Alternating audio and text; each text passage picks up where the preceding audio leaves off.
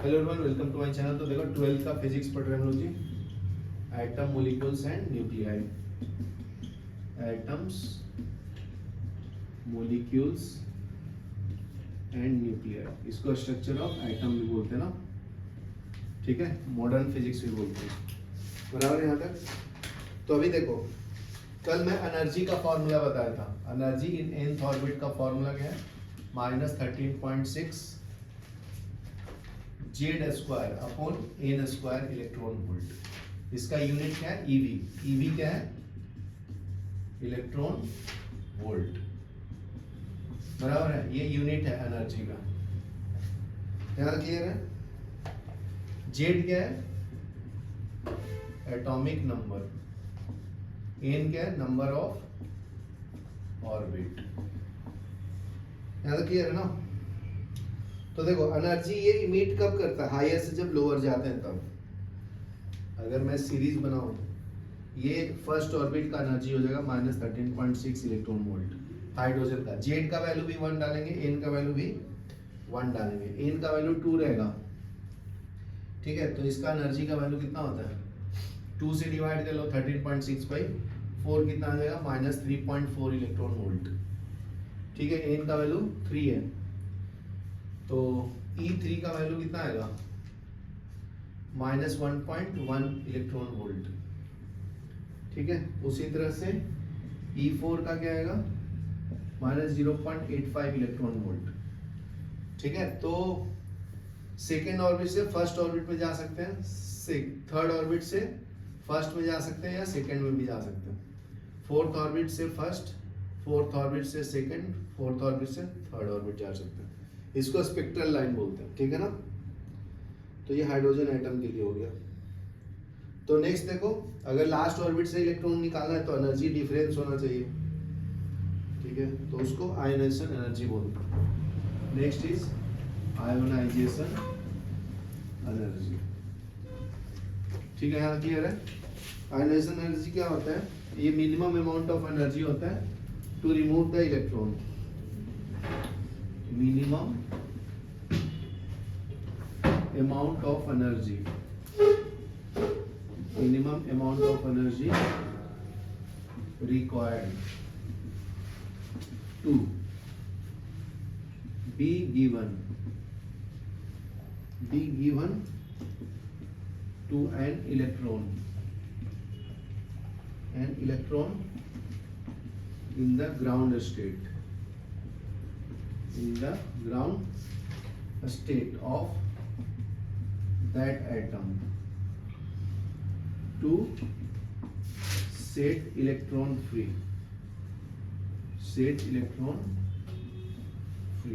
ठीक है।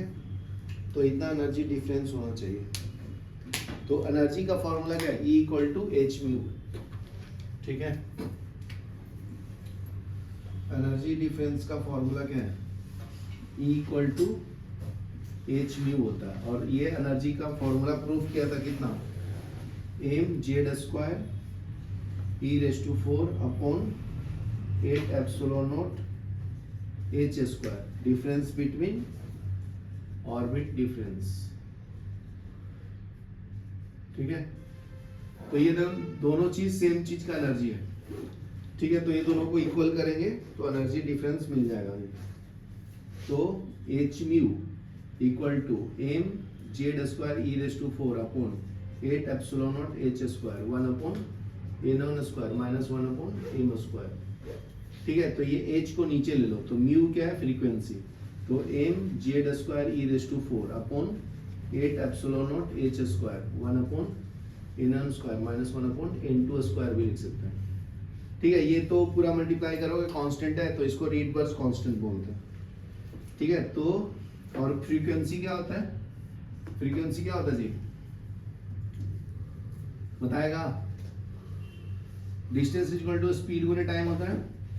तो डिस्टेंस को लैम्डा लिखते हैं, स्पीड को v लिखते हैं, फ्रीक्वेंसी को म्यू लिखते हैं। तो म्यू = v/λ या c/λ, बराबर ना। c स्पीड ऑफ लाइट है। c क्या है? Speed of light. तो स्पीड ऑफ लाइट से ही ये ट्रेवल करता है ना, कौन? इलेक्ट्रॉन, ठीक है, तो इसके म्यू की जगह पे क्या लिख सकता हूँ, c by lambda is equal to m z square e raise to 4 upon 8 epsilon naught h square 1 upon n square minus 1 upon n2 square. तो ये सब कांस्टेंट मिला के एक नया कांस्टेंट मिलता है, उसको हम लोग रिडबर्ग कांस्टेंट बोलते हैं। तो 1 upon lambda equal to r into 1 upon n1 square minus 1 upon n2 square, इसको रिडबर्ग इक्वेशन बोलते हैं, रिडबर्ग इक्वेशन। चलो यहाँ तक लिखो फिर आगे बढ़ो, ये याद रखना इंपॉर्टेंट है, ठीक है। तो रिडबर्ग इक्वेशन आ गया जी। तो अभी एक न्यूमेरिकल करो ना 15.3 एंड 4, फिर नेक्स्ट बताता हूँ limitation of Bohr's model. Next पढ़ेंगे हम लोग लिमिटेशन ऑफ बोर्स मॉडल, ठीक है। बोर्स मॉडल एक्सप्लेन कर दिया था, ठीक है ना। तो अभी उसके कुछ लिमिटेशन होगा। बोर्स मॉडल सिर्फ हाइड्रोजन आइटम के लिए बारे में बताया ना जी, तो ये आपका लिमिटेशन हो जाएगा इसका। दूसरे आइटम भी तो है लाइफ में हाइड्रोजन छोड़ के। लिमिटेशन ऑफ बोर्स मॉडल मतलब सिर्फ एटॉमिक नंबर 1 के बारे में बताएंगे, ठीक है। It could not explain the line spectrum of atom other than hydrogen atom, ठीक है। तो लाइन स्पेक्ट्रम, ठीक है, सिर्फ हाइड्रोजन एटम के बारे में बताया, of atoms other than hydrogen atom, ठीक है। नेक्स्ट है the intensity of emission line seem to be differ from line to line. Bohr's model could not explain. देखो इंटेंसिटी ऑफ लाइन अलग अलग होगा ना, उसके बारे में बताया नहीं, E1 E2 और E3। अगर थर्ड ऑर्बिट से फर्स्ट में जाऊंगा तो इंटेंसिटी अलग होता है, सेकंड से फर्स्ट में जाऊंगा तो इंटेंसिटी अलग होता है, ठीक है। इंटेंसिटी ऑफ लाइन के बारे में नहीं बताया ना, intensity of line spectrum. Third क्या है, on theoretical side model was not entirely satisfactory, ठीक है। और ये स्टेबिलिटी के बारे में बताया नहीं। तो नेक्स्ट साइंटिस्ट आते हैं de Broglie, explanation. De Broglie explanation. तो डी ब्रोगली ने क्या बोला था, अगर ऑर्बिट में कोई भी इलेक्ट्रॉन मूव कर रहा है दक्ष, अगर ऐसे इलेक्ट्रॉन ऑर्बिट में मूव कर रहा है तो ये स्पीड ऑफ लाइट से जाता है ना जी, स्पीड ऑफ लाइट से जाता है तो इसका मतलब ये वेव क्रिएट करता है अपने चारों तरफ, ऐसा समझा। तो वेव क्रिएट करता है तो इसका फॉर्मूला क्या होगा, 2 pi Rn equal to n lambda n, ठीक है। nth ऑर्बिट का वेवलेंथ लैम्डा n होगा, तो यहां से लैम्डा n कैलकुलेट क्या कर सकते हैं, 2 pi Rn divided by n, ये आपका वेवलेंथ इन nth ऑर्बिट हो जाएगा। और डी ब्रोगली ने क्या बोला, इलेक्ट्रॉन वेलोसिटी v से मूव करता है तो उसका फॉर्मूला क्या हो जाएगा जी, उसका फॉर्मूला होता है lambda n equal to h upon pn।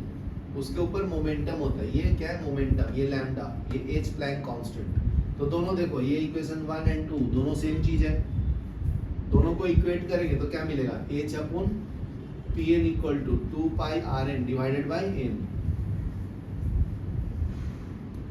तो यहां से Pn का वैल्यू कैलकुलेट कर दो, मोमेंटम ऑफ nth ऑर्बिट, तो ये n h upon 2 pi Rn हो जाएगा, ठीक है ना। इसको इधर ले लिया, इसको इधर ले लिया।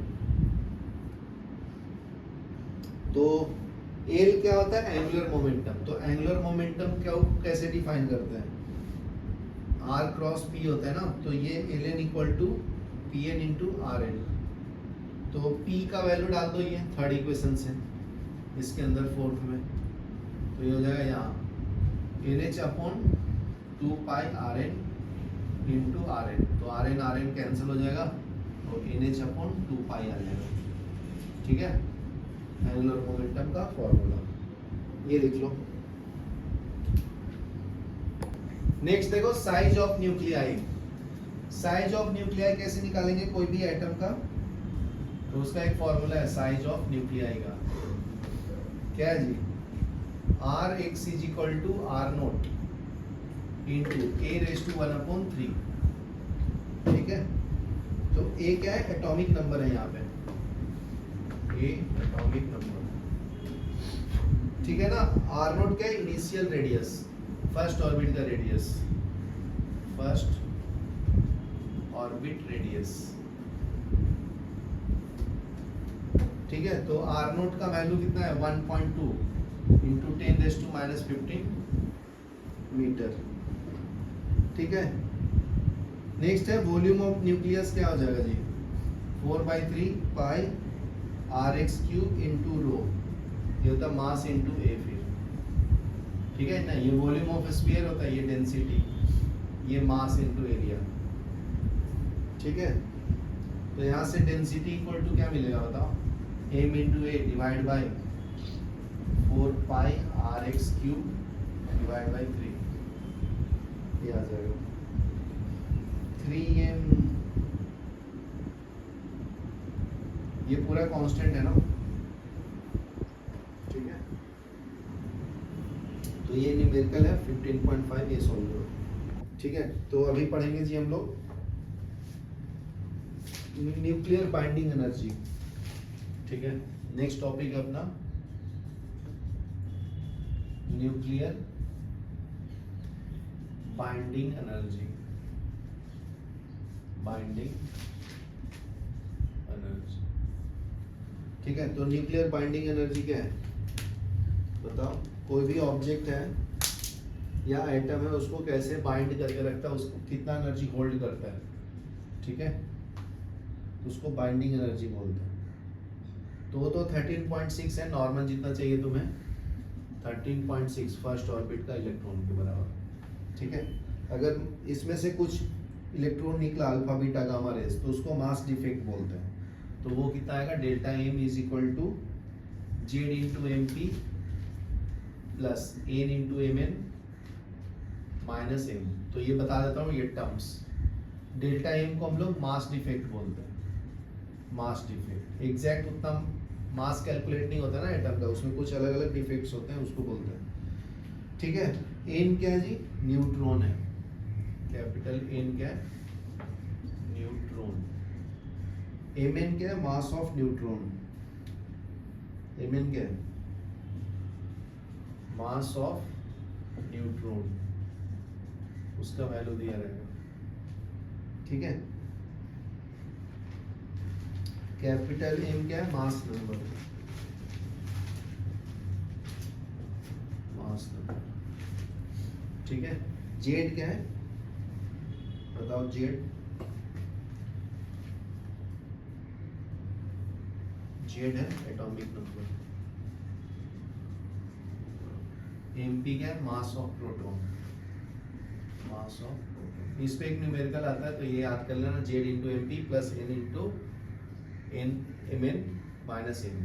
ठीक है, तो सिंपल है। देखो एटम के अंदर क्या होता है, न्यूक्लियस, न्यूक्लियस में क्या होता है जी, न्यूट्रॉन होता है और प्रोटॉन होता है। तो mass of proton into atomic number, mass of neutron into neutron number minus mass number, तो ये मास डिफेक्ट देगा। ठीक है, तो ये अगर एनर्जी से मैं डिफाइन कर दूं, E equal to M C square होता है ना energy, delta M into C square. कोई भी सब एटॉमिक पार्टिकल है और वो स्पीड ऑफ लाइट से मूव करेगा तो हाई एनर्जी इमिट करता है। ठीक है, तो इसके अंदर ये वैल्यू डाल दो, ये इक्वेशन 1 का वैल्यू 2 में डाल दो, तो एनर्जी, तो इसी को हम लोग बाइंडिंग एनर्जी बोलते हैं। तो इसकी वैल्यू कितना हो जाएगा बताओ, ये हो जाएगा Z M P plus N into M N minus M into C square. तो ये बाइंडिंग एनर्जी का फॉर्मूला मिल गया आपको, फॉर्मूला। ठीक है, लिख लो।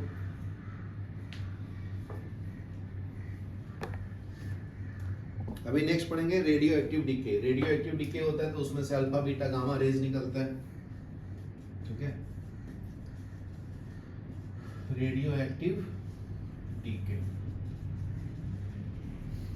तो रेडियो एक्टिव डीके देखो जी, तो अल्फा पार्टिकल निकलेगा, तो अगर मेन एलिमेंट है तुम्हारा, इसका Z atomic number, atomic mass A है, तो जब अल्फा पार्टिकल निकलेगा तो अल्फा का सिंबल क्या होता है, ये सिंबॉलिक फॉर्म है। अल्फा को हीलियम से रिप्रेजेंट करते हैं, तो हीलियम का एटॉमिक नंबर 2, एटॉमिक मास 4, तो इसमें से 2 माइनस करेंगे, इसमें से 4, समझा ना।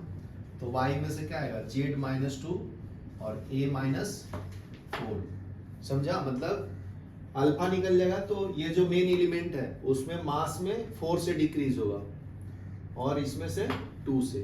देखो जैसे यूरेनियम है 238 है 92, तो इसमें से अल्फा पार्टिकल निकला तो 24 हो गया। तो जो y एलिमेंट है उसके अंदर कितना बचेगा जी? 90 एटॉमिक नंबर बचेगा। एटॉमिक मास कितना बचेगा? 4 माइनस कर लो 234 बचेगा। समझा ना? तुमको भी है।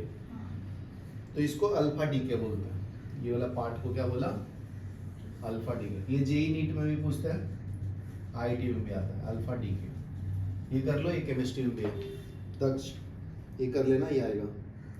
नेक्स्ट है, इसका एक और एग्जांपल दिया है बिस्मुथ, पेज नंबर 334 पे 83 एटॉमिक नंबर है, एटॉमिक मास 212, ये दिया रहेगा। तो इसमें से अल्फा डीके किया, ठीक है, तो थैलियम बचेगा 81, 2 माइनस कर लिया और 4 इसमें से माइनस करो, कितना बचेगा बताओ? 208 ना? यहाँ तक क्लियर है? तो ये कितना हीट रिलीज करेगा तो वो कैसे कैलकुलेट करेंगे? Q equal to mx minus my minus m of He into C का स्क्वायर। बहुत सिंपल है ना? इसका मास माइनस ये दोनों का मास का स्क्वायर। समझा?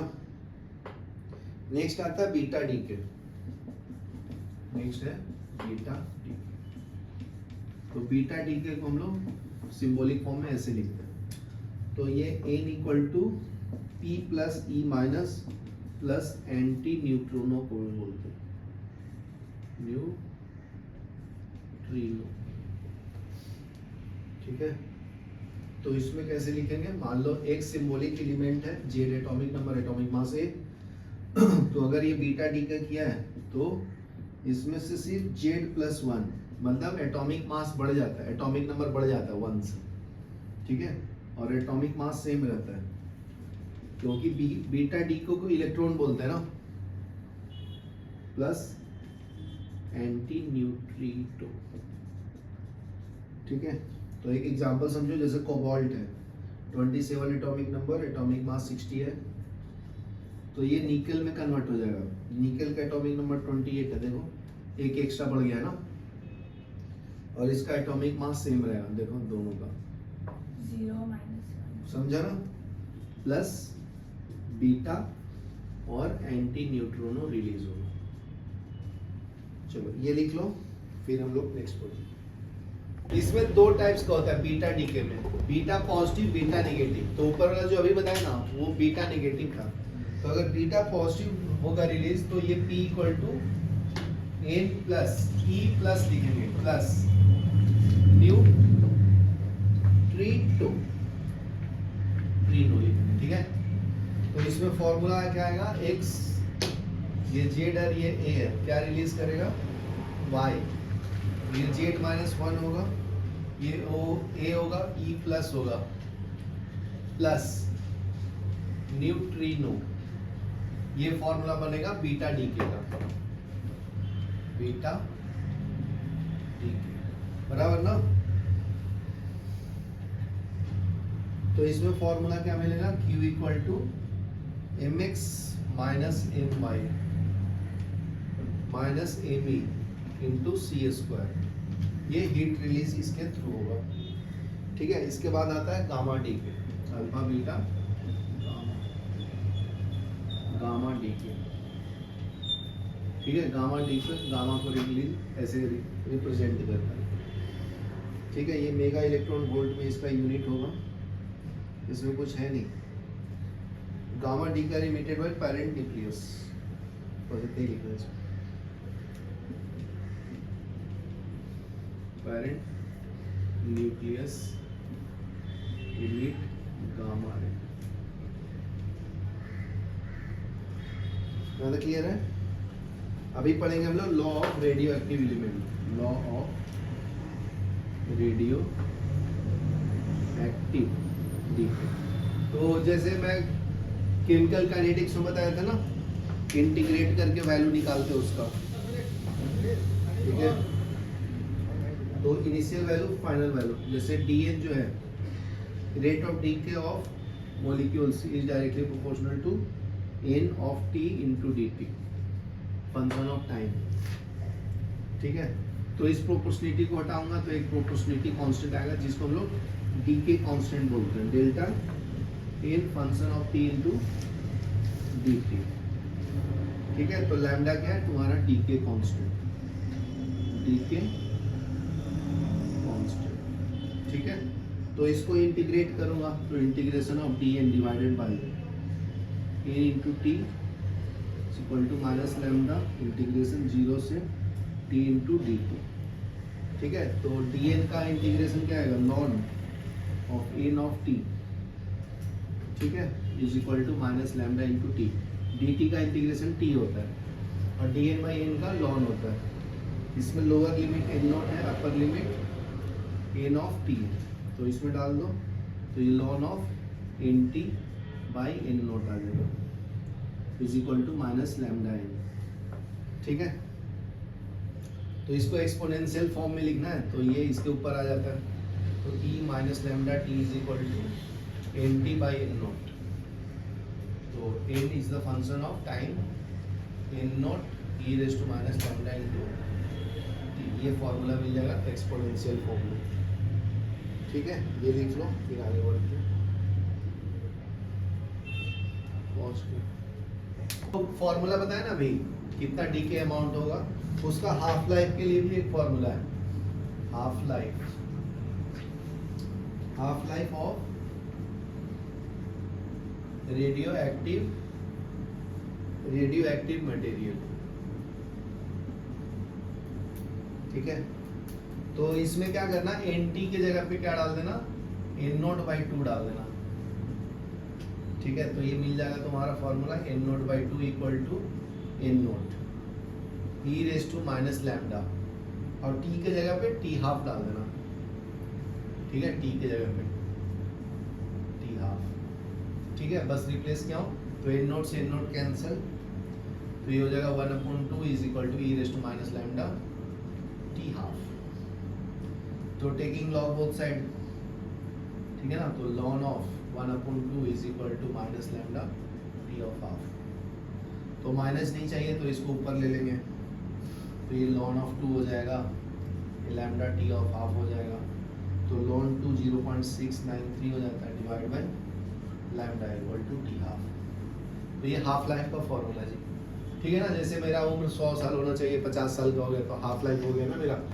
ठीक है, वैसे ही है। चलो लिख लो, ये average life of radioactive species.